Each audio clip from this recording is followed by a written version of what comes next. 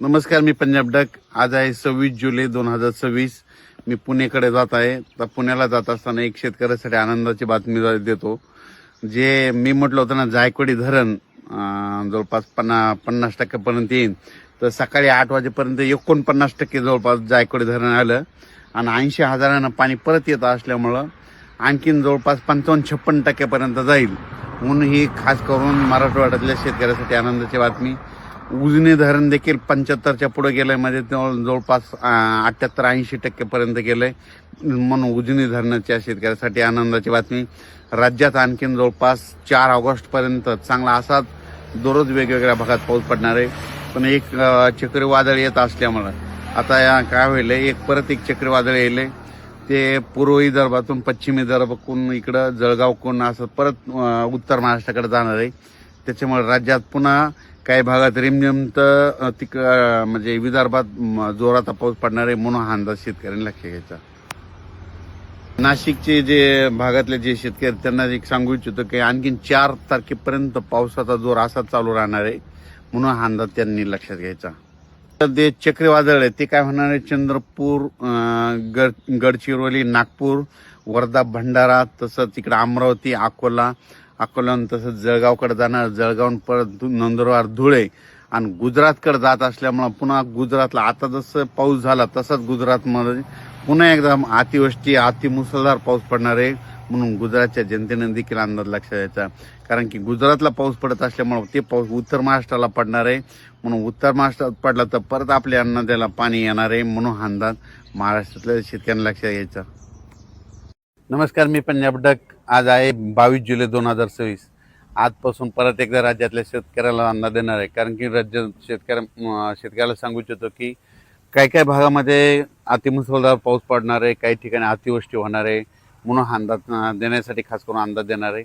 आज आहे 22 जुलै 2026. सर्वप्रथम आपण उत्तर महाराष्ट्राकडे वळू. कारण की उत्तर महाराष्ट्राकडे इकडं त्र्यंबकेश्वर, दिंडोरी, वणीची देवी, त्यानंतर सुरत, त्याच्यानंतर मुंबई, नाशिक, त्याच्यानंतर मालेगाव, जळगाव, नंदुरबार, धुळे, जळगाव, चाळीसगाव ह्या पट्ट्यामध्ये काय होणार आहे, 22 तारखेपासून म्हणजे आज 22 ते 26च्या दरम्यान काही ठिकाणी मुसळधार पाऊस पडणार आहे.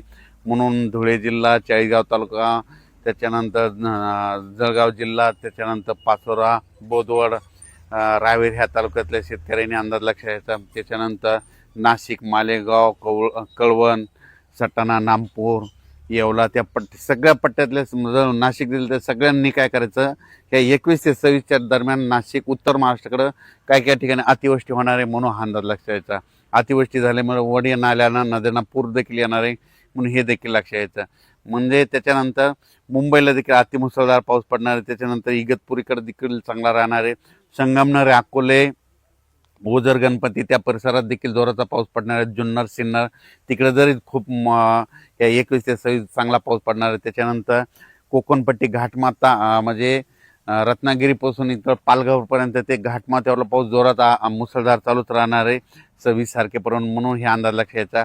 पुण्याकडे देखील खूप पाऊस पडणार आहे. पुण्याच्या पश्चिम भागाकडं खडकवासला धरण क्षेत्रामध्ये, लाभ क्षेत्रामध्ये तिकडे देखील पाऊस पडणार आहे. म्हणून एखाद्या खडकवासला धरणातलं पाणी देखील सुटू शकतं. म्हणून सतर्क राहण्याची गरज आहे. नदीकाठच्या शेतकऱ्यांना आपण आपल्या मोटर काढण्याची तयारी ठेवावी. त्याच्यानंतर इकडं महाबळेश्वरकडे देखील 21 ते 26च्या दरम्यान खूप जोराचा पाऊस पडणार आहे. काही ठिकाणी अतिवृष्टी होईल, मुसळधार पडणार आहे. त्याच्यामुळे कोयना धरणामध्ये पाण्याच्या साठ्यात वाढ होणार आहे. एका दिवस हे कोयना धरण ह्या 8 दिवसामध्ये भरू शकतं. म्हणून हे अंदाज देखील त्या कोयना धरणाच्या लाभ क्षेत्रांना लक्षात द्यायचा. त्याच्यानंतर उजनी धरण, म्हणजे उजनी धरणामध्ये काय झालं, उजनीला पाऊस, उजनीचा जर कॅचमेंट एरिया इकडं पुणे जिल्हा हे परिसर आहे, तर पुणे जिल्ह्याकडे खूप पाऊस पडणार आहे. त्याच्यामुळं उजनीचं जे कॅचमेंट एरिया त्या परिसरात पाऊस पडल्यामुळे उजनी धरणात देखील आवक येणार आहे. म्हणून उजनीवासियाच्या लाभ क्षेत्रासाठी आनंदाची बातमी. त्याच्यानंतर इंदापूर, पुणे त्या परिसरात देखील 21 ते 26 चांगला पाऊस पडणार आहे. म्हणून अंदाज लक्षात द्यायचा.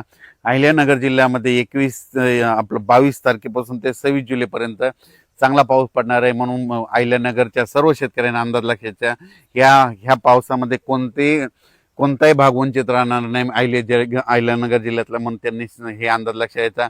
पुणे जिल्ह्यात देखील कोणताही भाग वंचित राहणार नाही म्हणून हे देखील अंदाज लक्षात यायचा. त्याच्यानंतर सोलापूर जिल्ह्यामध्ये 26 तारखेपर्यंत पाऊस पडणार आहे, चांगला पडणार आहे. इकडं जसं अतिवृष्टी तितका नाही पडणार, पण तुमच्या इकडे पिकाला लागेल तसा पडणार आहे म्हणून हा अंदाज लक्षात यायचा.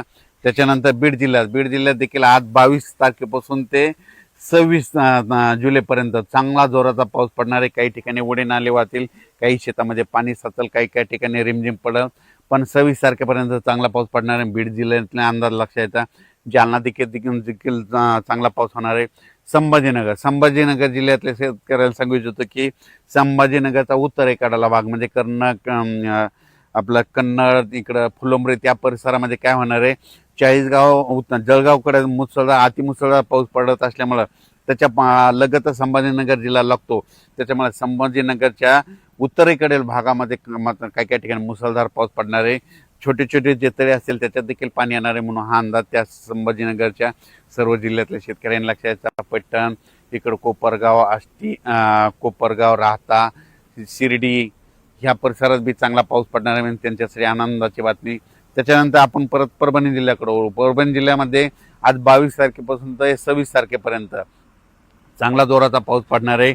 रिमझिम राहणार आहे, काही भागात जोरात पडणार आहे म्हणून हा अंदाज लक्षात यायचा. जिथं चांगलं ऊन